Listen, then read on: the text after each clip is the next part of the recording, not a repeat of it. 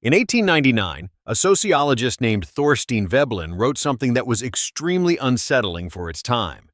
He said that the majority of people consume things not to satisfy their needs, but to appear to hold a certain position in the eyes of others. He called this conspicuous consumption.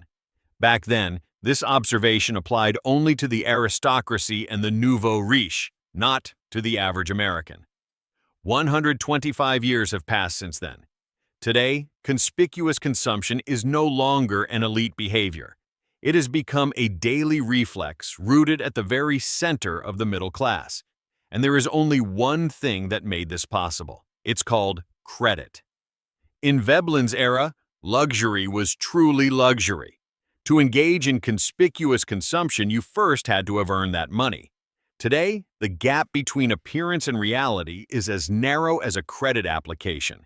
And this closing of the distance has created a very strange and very expensive paradox. Looking successful makes becoming successful harder. This sentence feels intuitively wrong, because we look at people who appear successful and assume they are successful.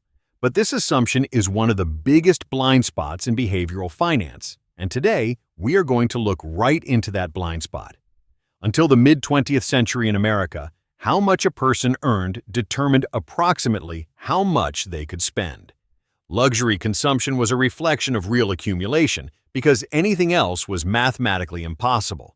There were no credit cards, consumer loans weren't available like they are today, and debt was socially stigmatizing. In this period, a person we thought was rich was most likely actually rich because they looked it. The signal was reliable. Then, two things changed at the same time. First, starting in the 1950s, the consumer credit market expanded systematically, and with the rise of credit cards in the 1970s, borrowing became both easily accessible and socially acceptable. Today, consumer debt in America exceeds $17.5 trillion. The average credit card debt per household is $7,951. Second, television and then social media expanded the comparison pool from a community of a few neighbors to a crowd of 100 million. Now, you aren't just comparing yourself to your neighbor. You're comparing yourself to everyone you see on social media. Everyone whose lifestyle is meticulously planned, filtered, and abnormally expensive. With these two changes, a very interesting equation emerged. Appearance could now completely detach from reality. Someone earning $95,000 a year could look like they earned $200,000. And the price paid for this appearance, in the form of credit payments, interest burdens, and missed investment opportunities, operates entirely invisibly. The wealth signal has lost its reliability, but the brain hasn't realized it yet. Harry is 34 years old, working as a specialist analyst at a tech company and earning $95,000 a year. This income puts him in the top 30% in America, in a category most people would define as successful. And Harry really looks successful.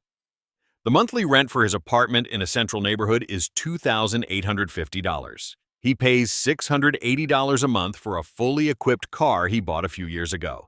He dresses well, as required by living in a good neighborhood, goes out regularly with friends, travels occasionally, and uses high-quality items at home. Every corner of his life is in harmony and consistency.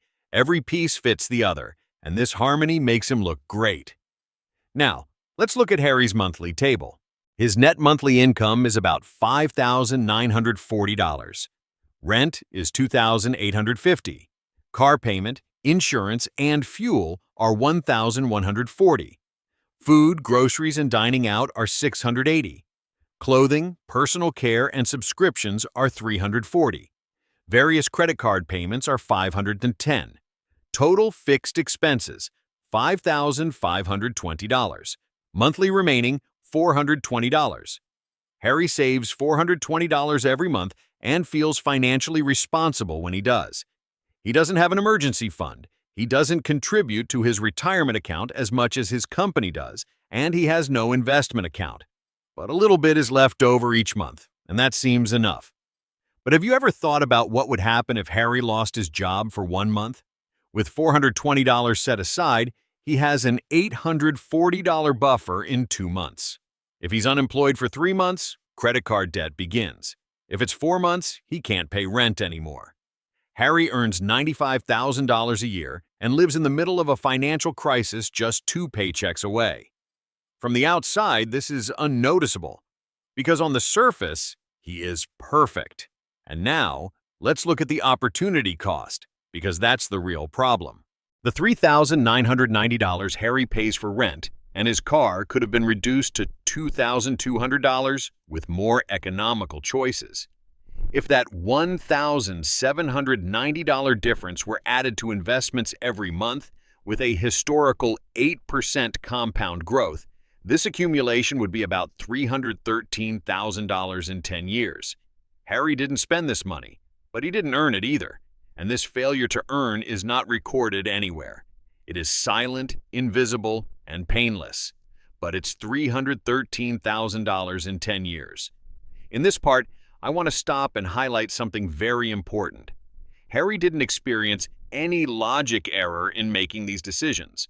On the contrary, the brain did exactly what was expected, and this expected way is very interesting.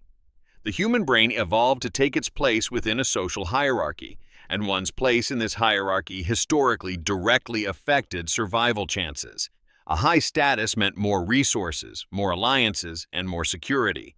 That's why the brain is extremely sensitive to status signals and programmed to be extremely defensive against status regression. Today, this evolutionary program continues to run exactly the same way, only the threat is different. There are no predators, but there is social evaluation. There is no tribal exclusion, but there is showing up to a business meeting in a cheap car. And the brain records these social threats as real dangers because it isn't structurally designed to see the difference. Neuroscientist Robert Sapolsky showed that social status anxiety triggers the brain's stress system exactly like a real danger. This isn't just a metaphor, it's a neurochemical reality.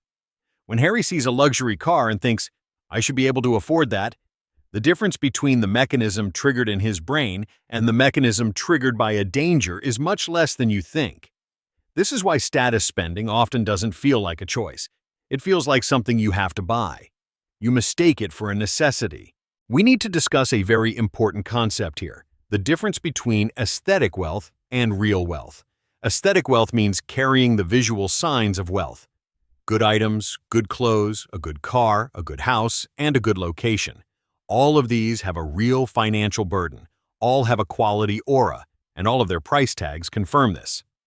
Real wealth is not the items you are paying installments on. It is the assets you own debt-free, how much capital you have, and what that capital produces for you.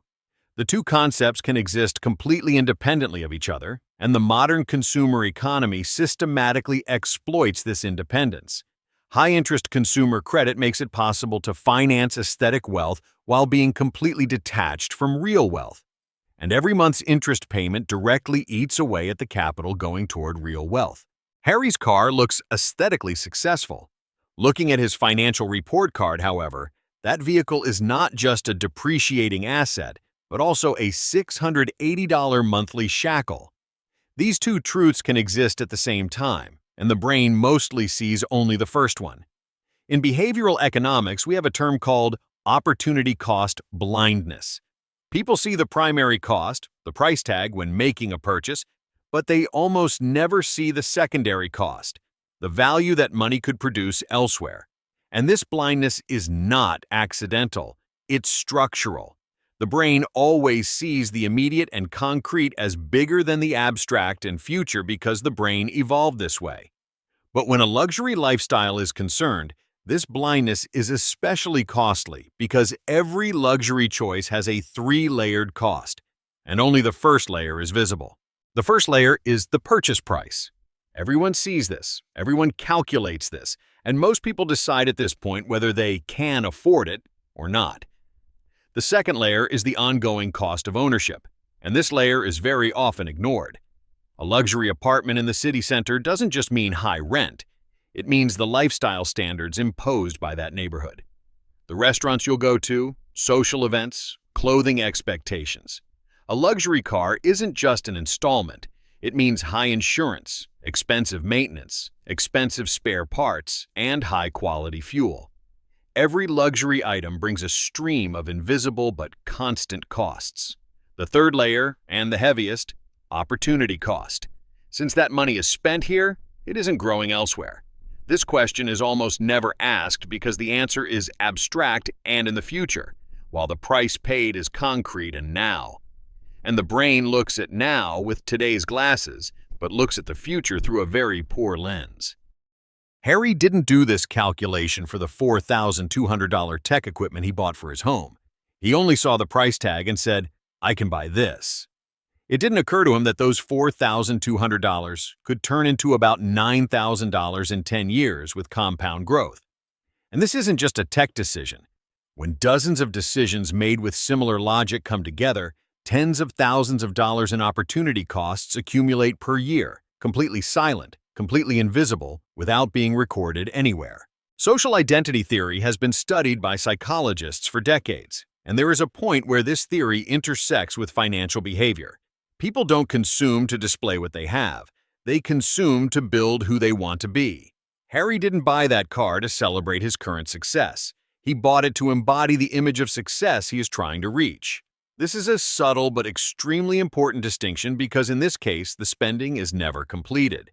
You don't stop when you reach a certain income level because the goal isn't a level, it's a constantly updated identity. A new colleague drives a better car. The comparison point shifts up. Someone followed on social media goes on a different vacation. The expectation threshold rises. The neighbor in the neighborhood renovates their house. The aesthetic standard of your own home starts to feel inadequate. This cycle turns consumer spending into a motor that doesn't reach a natural point of satisfaction, but rather feeds itself. And the fuel for this motor is the capital that should go to real wealth. Now, let's talk about how this picture looks in real human lives. And for this, let's think of someone else living in the same city, the same age as Harry. Marcus is 34 years old, working in the same sector, but his annual income is $52,000. He earns almost $43,000 less than Harry. From the outside, the difference between the two people is clear. Harry looks more successful, lives in a better neighborhood, and drives a better car. But now let's take a financial X-ray of these two people and see the reality. Marcus lives in a quiet neighborhood slightly outside the city in an apartment he rented for $1,450. He has a modest but reliable car he bought with cash a few years ago. It costs him $290 a month, including fuel and maintenance. His life isn't as bright as Harry's, but it's highly manageable. Marcus's monthly fixed expenses total $3,180. His net monthly income is $3,420. He can regularly send not $240, but exactly $1,100 to investments every month because he designed his spending structure to protect this margin. At the end of 3 years, Marcus has $47,000 in his investment account. His 6-month emergency fund is full. He has no consumer debt. Let's look at Harry's table after 3 years. $420 times 36 months, meaning $15,120 in savings at best. But during this time, a few emergency expenses likely occurred, and this buffer was punctured a few times. A realistic estimate is $8,000 to $10,000 in cash, no investment account, and an active credit card balance. These two people have drifted this far apart financially in 3 years, yet Harry still looks more successful from the outside. Now fast forward 10 years and look at the tables of these two people because compound growth produces arithmetic over time, not magic. Marcus regularly sent $1,100 a month to his investment account for 10 years. With a historical 8% compound growth, this accumulation turned into approximately $202,000 in 10 years. On top of that, retirement account contributions are separate. Marcus is now 43 years old, and his material assets are recording real growth. Harry saved $420 a month for 10 years, but during this time the car was renewed, credit card debt had to accumulate once, and an unexpected medical expense came up. Net realistic accumulation, somewhere between $30,000 and $40,000, irregular and vulnerable. Harry is also 44 years old, but he cannot show a single tangible progress in where his financial report card was 10 years ago versus now. And now let's come to the main difference, because numbers are just the introduction to this story. Last year, both faced a career breaking point. The company Harry worked for went through a restructuring, and Harry was moved to a lower position. He wanted to leave. He applied to other places. But a fixed expense structure of $5,520 a month doesn't allow him to be unemployed for more than 2 months. He had to continue, even if he didn't like the conditions. Marcus felt a blockage in his own company during the same period and decided to try freelancing for 6 months. His accumulation allowed for this. He tried it. It worked. Today he is still moving forward on that path. Both are smart. Both are hardworking. Both have good intentions. But one is the author of his life, and the other is not yet. And what created this difference was not income. It was the price paid for appearance. Up until now, we've been asking the wrong question, and that's why we've been standing in the wrong place. The question was, can I afford this lifestyle? And many people answered this question through monthly payments. If monthly payments can be managed, the answer is yes. But this question is fundamentally wrong because the word afford is used incorrectly here. The real question should have been, what is the real cost of this lifestyle, and what am I paying this cost with? Asking this question changes everything because the answer is almost always shocking. The real cost of Harry's lifestyle is not monthly installments. The real cost is the transfer of capital that could grow to $313,000 in 10 years to appearance. The real cost is the loss of the freedom to change jobs. The real cost is the elimination of the capacity to take risks. The real cost is having to say, but I have debts, at every big opportunity. And this is where we need to face the true definition of wealth. Wealth is not items, it's optionality. The power to be able to make choices. Being able to leave a certain job is wealth. Being able to say yes to an attractive but risky opportunity is wealth. Being able to live without compromising your values is wealth. Being able to think without panicking in a moment of crisis is wealth. Not experiencing stress about whether or not to take time off from work when your child gets sick is wealth.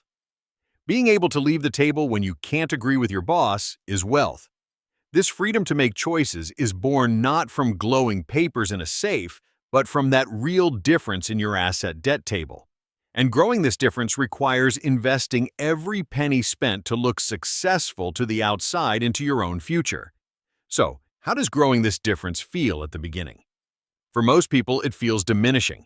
A more modest neighborhood, a more modest car, a less flashy social media profile. And this feeling is real. It shouldn't be underestimated, because status loss is a real source of stress for the brain. But what is on the other side of this feeling?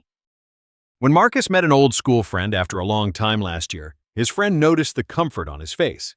"It's like there's no stress," he said. Marcus laughed. "I have a choice," he said.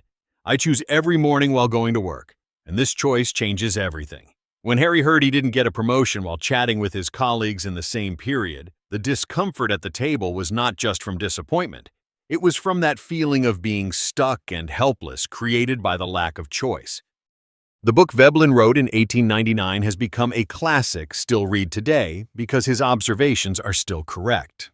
But there is something that can be added to those observations today. It's no longer just that privileged group at the very top who is in this trap. Anyone with a credit card limit can enter this trap.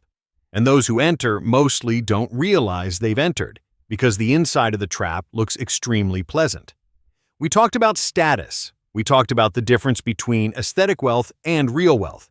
We talked about the invisibility of opportunity cost. We talked about how two people went to very different places from the same starting point. But one more thing needs to be mentioned, and this is perhaps more personal than all of them.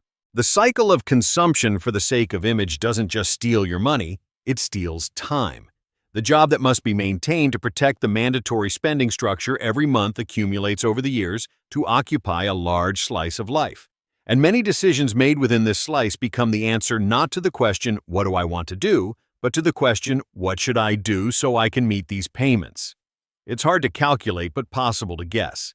Harry maintaining his current spending structure for 10 more years likely delays his reaching financial freedom by 5 to 8 years. These 5 to 8 years correspond to the years when he could wake up in the morning and ask, what do I want to do today? Appearance costs these years. And here, something very important needs to be clarified. This video was not made to bash luxury spending. Wanting beautiful things is legitimate. Giving importance to aesthetic values is legitimate. Wanting to lead a good life is legitimate. The problem is not in luxury, but in the financing of luxury. Maintaining appearance by financing more than you earn with debt directly undermines real wealth building. Spend less than you earn, put the difference to work. Over time, that difference gives you the right to choose. When this right to choose comes, maybe then you can buy the luxury you truly want. The difference is, that time, without the anxiety produced by debt, without the concern of impressing others, just for yourself. And now, I will leave this question here. Take a look at the big spendings in your life. How many of those decisions were taken truly to make you happy, and how many were taken to make you stand out? The answer to this question is in yourself. We only ask the question. See you in the next video.